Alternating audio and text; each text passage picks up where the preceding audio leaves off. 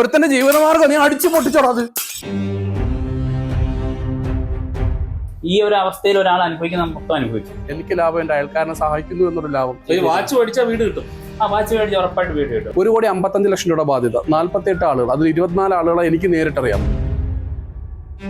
ഒരു വ്യക്തികളെ പോലും വഞ്ചിക്കുന്നില്ല. ഒരു കടബാധയിൽ നിന്നും ഈ വിപിൻ എന്ന ചെറുപ്പക്കാരനെ രക്ഷപ്പെടാൻ കഴിഞ്ഞേക്കും. നമ്മൾ ഈ കാണുന്ന വീടാണ് കൊടുക്കാനായിട്ട് ഉദ്ദേശിക്കുന്നത്. ഒരുത്തന്റെ ജീവിതമാർഗം നീ അടിച്ചു പൊട്ടിച്ചോടാ അത്. എന്തോ നീ ടെസ്റ്റ് ചെയ്യുക? വാച്ച് പൊട്ടും, മനസ്സിലായില്ലേ? വാച്ച് പൊട്ടും. ഇത് വാച്ച് കൊടുക്കാനുള്ള ഓരോരുത്തർക്ക്. ഇത്രയും നല്ലൊരു വാച്ച് അവൻ അടിച്ചു പൊട്ടിച്ചു നോക്കി. ഡ്യൂപ്ലിക്കേറ്റ് ഒന്നും അല്ല, ഇത് ഒരു കടയിൽ പോയാൽ 700 രൂപയ്ക്ക് വാങ്ങിക്കുന്ന വാച്ച് തന്നെയാണ്. ഇതൊരുത്തന്റെ ആവശ്യാർത്ഥം നമ്മളിത് കൊടുത്തോണ്ടിരിക്കുകയാണ്. അതെ അതെ അതെ അതെ അതെ അതെ. സമ്മാന പദ്ധതി എന്ന് പറഞ്ഞാൽ നമ്മുടെ എന്റെ ഏറ്റവും അടുത്തൊരു സുഹൃത്ത്, എന്റെ അയൽക്കാരനായിട്ടുള്ള ബിബിനെ ഒന്ന് കരകയറ്റാൻ വേണ്ട ഒരു ശ്രമമാണ്. ഇന്നലെ നടന്ന സംഭവവാസങ്ങൾ പറഞ്ഞു കേട്ടാൽ അതെ, തീർച്ചയായിട്ടും നമ്മൾ ചെയ്യാൻ ഉദ്ദേശിക്കുന്ന കാര്യങ്ങൾ കുറെ ദിവസങ്ങളായിട്ട് മാസങ്ങളായിട്ട് ചെയ്തുകൊണ്ടിരിക്കുകയാണ്. പുള്ളി എന്തിനാന്നുള്ളത് പുള്ളി ടെസ്റ്റ് ചെയ്ത് നോക്കിയായിരിക്കും ഒരു പക്ഷേ, ഇങ്ങനെ ചെക്ക് ചെയ്തായിരിക്കും. ഇപ്പൊ വാച്ച് താഴെ വീണാ പൊട്ടുമല്ലോ എന്നതുപോലെ പുള്ളി നോക്കിയതാ അടി പൊട്ടുവോ ഇല്ലയോ. എന്തായാലും ബിബിനെ കുറിച്ച് നമുക്ക് പറയാം. എന്റെ വീടാണിത്. ഇതിപ്പോ ഞാൻ ഒരു സമ്മാന പദ്ധതിയിലൂടെ ഇത് കൊടുക്കാനാണ്. 1ാം സമ്മാനം ഈ വീടായിട്ടാണ് കൊടുക്കുന്നത്. അത് സമ്മാന പദ്ധതി എന്ന് വെച്ച് കഴിഞ്ഞാൽ ഇപ്പം പൊട്ടിച്ച വാച്ചില് അത് എനിക്ക് തോന്നുന്നു പുള്ളി ക്വാളിറ്റി ടെസ്റ്റ് ചെയ്തത്. ഞാൻ കാണിച്ചു തരാം. പൊട്ടിയ വാച്ച് ഇതേ വാച്ച് സാധാരണ നമ്മള് എല്ലായിടത്തും മേടിക്കുന്ന വാച്ച് തന്നെയാണ് ഇത്, ഫോസിലിന്റെ. ഇതിൽ ഇത്രയും ഇതിപ്പോ അടിച്ചേക്കുന്നത് ഇത് വെച്ചിട്ടാ പുള്ളി അടിച്ചത്, ഫാറക്കലിനെ അടിച്ചത്. ഇത് അടിച്ചടി ഇതിന്റെ ഗ്ലാസ് അല്ലാതെ ഈ ബാക്കി ബോഡിക്കോ മെഷീനോ ഒന്നും ഒരു പ്രശ്നമില്ല. ഫസ്റ്റ് ക്വാളിറ്റി ഐറ്റം ആണ് നമ്മൾ ഈ കൊടുക്കുന്നത് തന്നെ. ഫസ്റ്റ് ക്വാളിറ്റി വാച്ചാണ് ഇത്. നമ്മൾ ബൾക്കായിട്ട് കമ്പനി തന്നെ പർച്ചേസ്. വാച്ച് മേടിച്ചാൽ വീട് കിട്ടും. ആ വാച്ച് മേടിച്ചാൽ ഉറപ്പായിട്ട് വീട് കിട്ടും. ഒരു 5-6 ലക്ഷം ആൾക്കാർ മേടിച്ചാൽ മാത്രം അതിൽ നിന്ന് ഒരാളെ തെരഞ്ഞെടുക്കും. അതൊരു 10-15 ആൾക്കാർ അങ്ങനെയല്ല. നമ്മൾ ശരിക്കും പറഞ്ഞത് ഈ വീട് കൊടുക്കുന്ന ഉദ്ദേശം 46 ആൾക്കാരുടെ പേയ്മെന്റ് കൊടുക്കേണ്ടത്. അതായത് ഞാൻ ഇവിടെ ഒരു ഓഫീസ് നടത്തിയിരുന്നു. അപ്പൊ അതിന്റെ ഭാഗമായിട്ട് ഒരു വിസ ഏജൻസി എന്നെ ഒരു 48 പേരുടെ ഒരു 1.5 കോടി രൂപയോളം മേടിച്ച് പറ്റിച്ചു. അപ്പൊ അതിനുവേണ്ടിയാണ് ഞാൻ ഇപ്പൊ ഇത് ചെയ്യുന്നത്. 1ാം സമ്മാനമായിട്ട് ഈ വീടാ കൊടുക്കുന്നത്. അതായത് നിങ്ങളൊരു ട്രാപ്പിൽ പെട്ടു. അത് ഞാൻ കേസ് കൊടുത്തിട്ടുണ്ട്. അതിന് എല്ലാ തെളിവുകളും ഉണ്ട്. എന്നെ എല്ലാ ആൾക്കാരും പെട്ടെങ്കിൽ നിങ്ങൾക്ക് ഈ വീട് വിറ്റിട്ട് കൊടുത്തു. ഞാനിത് വിൽക്കാനായിട്ട് വിൽക്കാൻ നോക്കിയപ്പോഴത്തേക്കും നമ്മൾ ഈ ഒരു പ്രശ്നത്തിൽ നിൽക്കുന്ന കാരണം വസ്തു കച്ചവടമൊക്കെ ആയിട്ട് നിൽക്കുന്ന ആൾക്കാർ മാക്സിമം ഇതിന്റെ വില ഇടിക്കാൻ നോക്കുക. നമ്മൾ ഈ 1.5 കോടി എന്ന് പറയുമ്പോഴത്തേക്കും ഇത് മാത്രമായിട്ടല്ല കൊടുക്കുന്നത്. ഈ 1.5 കോടി രൂപയുടെ മുതലില്ല ഇത്. അത് കാണുന്നവർക്ക് മനസ്സിലായി ഇതൊരു വീട് 10 സെന്റ് വീടും വസ്തുള്ളൂ. പക്ഷെ റോഡ് സൈഡാണ്, നല്ല വാല്യൂ ഉള്ള സ്ഥലമാണ്. ഇത് എവിടെയാണ് സ്ഥലം? ഇത് കരുനാട്ടിൽ ശ്രീദാസ് സ്കൂളിന്റെ തൊട്ടടുത്താണ്. നല്ല ബസ് റൂട്ടാണ്. തൊട്ട് ഫ്രണ്ട് ഗവൺമെന്റ് ഹോസ്പിറ്റലുണ്ട്. അപ്പൊ ഇതിന്റെ കൂടെ തന്നെ നമ്മൾ അഡീഷണൽ ആയിട്ട് കൊടുക്കുന്ന വെച്ചാൽ 2, 3, 4 സമ്മാനം 5 സെന്റ് വസ്തു വീതമാണ്. അത് റോഡ് സൈഡിലാണ്. 5ാം സമ്മാനം സെറ്റ് കാറാണ്. എന്നാലേ നമ്മൾ ഈ പറഞ്ഞ മൂല്യത്തിലോട്ട് എത്തത്തുള്ളൂ. ആൾക്കാർക്ക് അവർക്ക് സൗകര്യമുള്ള രീതിയിലാണ് നമ്മൾ ചെയ്യുന്നത്. അതിന്റെ ഭാഗമായിട്ട് അവർ ഒരു വാച്ച്, അതായത് ഇതിൽ നിന്ന് ഒരു വാച്ച് 700 രൂപ. ഇത് നമ്മൾ ഓൺലൈനിൽ 1200 വിലയുള്ള സാധനമാണ്. പക്ഷേ ഈ റേറ്റ് നമ്മൾ കൊടുക്കുന്നത് കമ്പനി നമ്മൾ ബൾക്ക് ഓർഡർ എടുത്തതാണ്. അതിന്റെ ഒരു ക്വാളിറ്റി നമ്മൾ കാണിച്ചത്. ഇതിന്റെ പല മോഡൽ വാച്ചുകളുണ്ട്. ഇത് ഫോസിലിന്റെ തന്നെ വാച്ചാ. ഇതൊക്കെ ആരെങ്കിലും ഉപയോഗിക്കുന്നതാണോ? ഞാൻ യൂസ് ചെയ്യുന്നുണ്ട്. ഞാൻ ഉപയോഗിക്കുന്നുണ്ട്. ഞാനിത് ഉപയോഗിക്കാൻ കാരണം ഒരു 7 ഇൻഫ്ലുവൻസർ ബ്ലോഗറും ഒക്കെ ആണല്ലോ. തീർച്ചയായിട്ടും സാധനം മോശമാണെങ്കിൽ ഈ ആൾക്കാരൊക്കെ നിങ്ങളെ പൊങ്കാലിടും. തീർച്ചയായിട്ടും. ഒരിക്കലും ഞാൻ അതിനുവേണ്ടി എനിക്കിത് വിറ്റ് പോകുന്നതിന്റെ അപ്പുറത്തൊരു ആവശ്യമുള്ളതെന്ന് പറയാൻ ജനങ്ങളോട് പറയാനുള്ളത്, ഒരു ആള് നാറാവുന്നതിന്റെ പരമാവധി മോശമാവുന്നതിന്റെ പരമാവധി മോശമായിട്ട് നിൽക്കുന്ന ഒരാൾ ചിരിച്ചുകൊണ്ട് നിൽക്കുന്നത് നമ്മുടെയൊക്കെ ബലത്തിലാണ്, ഞങ്ങളുടെ സുഹൃത്തുക്കളുടെ ബലത്തിൽ മാത്രമാണ്. 1,55,00,000 രൂപ ബാധ്യത, 48 ആളുകൾ, അതിൽ 24 ആളുകളെ എനിക്ക് നേരിട്ടറിയാം. എന്റെ വീട്ടിലോട്ട് ഇത്രയും ആളുകളും അവരുടെ ബന്ധുക്കളും കൂടെ വന്നിട്ട് 3 പ്രാവശ്യം നടത്തിയ ചർച്ച. എന്റെ സുഹൃത്ത് എന്ന് പറഞ്ഞാൽ ഈ എത്ര ആളുകൾ, ഈ 48 ആളുകൾ എന്റെ അടുത്ത് വന്നിട്ട് പറയാണ്, ഞങ്ങൾ ഇങ്ങനെ ഒരു അബദ്ധത്തിൽ പെട്ടത് ഇദ്ദേഹമാണ് പൈസ മേടിച്ചത്, പക്ഷെ ഇദ്ദേഹം നിരപരാധിയാണ്. അത് കോടതിയും കേസും കാര്യങ്ങളും ഒക്കെ കൊടുത്തതും അവർക്ക് നേരിട്ട് വ്യക്തിപരമായ രീതിയിലും അറിയാം ഇദ്ദേഹം നിരപരാധിയാണ്. പക്ഷെ എങ്കിൽ പോലും അവർ സാധുക്കളായതുകൊണ്ട് അവരുടെ പണം തിരിച്ചു കിട്ടിയേ പറ്റൂ. ശരി, അപ്പൊ എന്തായാലും പണം തിരിച്ചു കൊടുക്കാനുള്ള ഒരു പരിപാടിയാണ് നടക്കുന്നത്. അതെ.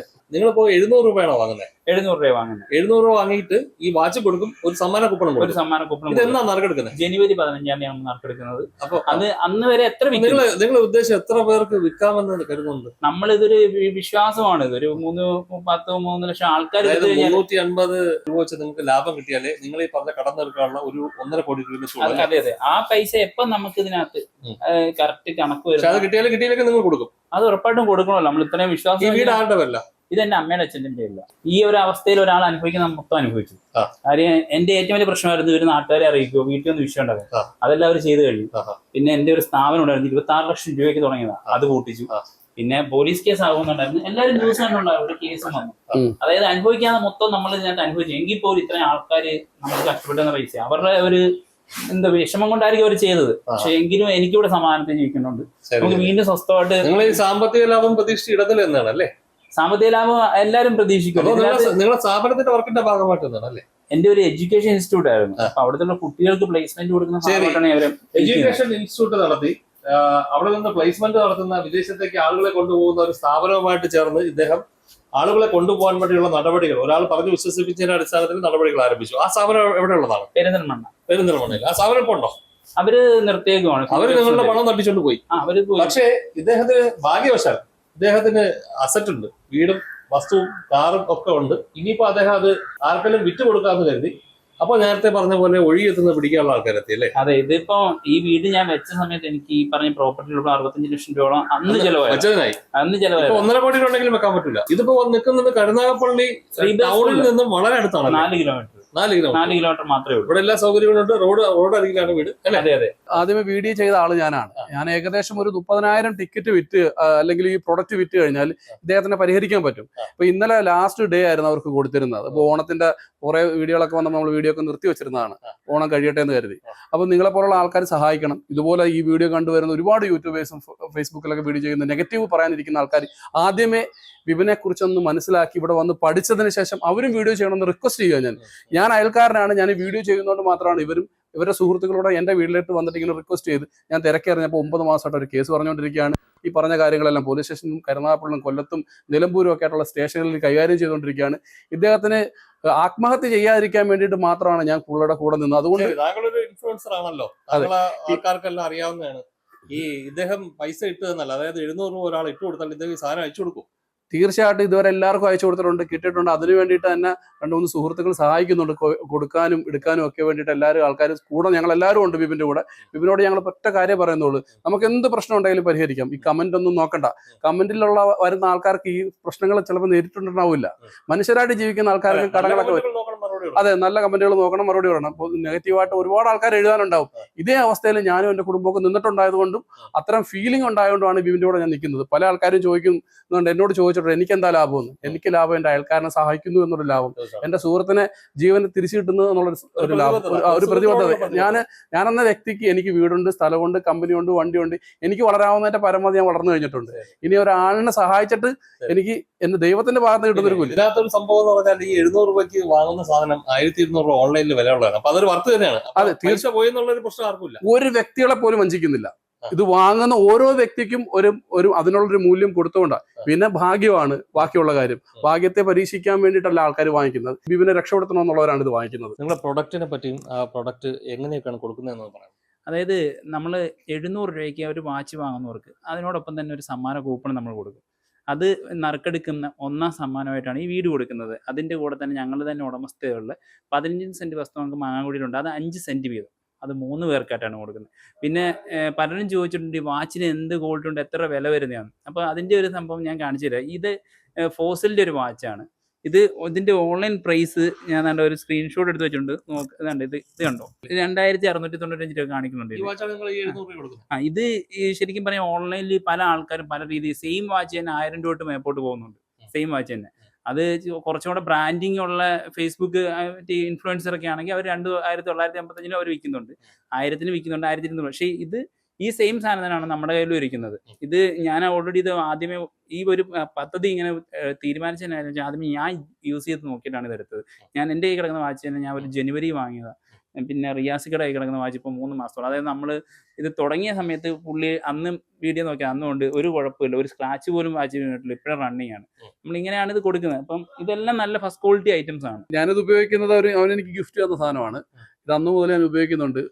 ഒരു പ്രശ്നങ്ങളും ഇല്ല, ഒന്നുമില്ല, ഒരു പ്രശ്നമില്ല. നമുക്കിതിനപ്പുറത്ത് ഒരു പ്രൊഡക്റ്റ് വാങ്ങുമ്പോൾ കിട്ടുന്നൊരു ഇദ്ദേഹത്തിനെ സഹായിക്കുന്നു എന്നുള്ളൊരു മനോസംതൃപ്തി ഉണ്ട്. താങ്കളുടെ 1ാം സമ്മാനം, താങ്കളുടെ ഈ വീടിനെ പറ്റിയിട്ടൊന്ന് പറയാമോ? ഇത് ശരിക്കും പറഞ്ഞാൽ 2100 സ്ക്വയർ ഫീറ്റ് വീടാണ്.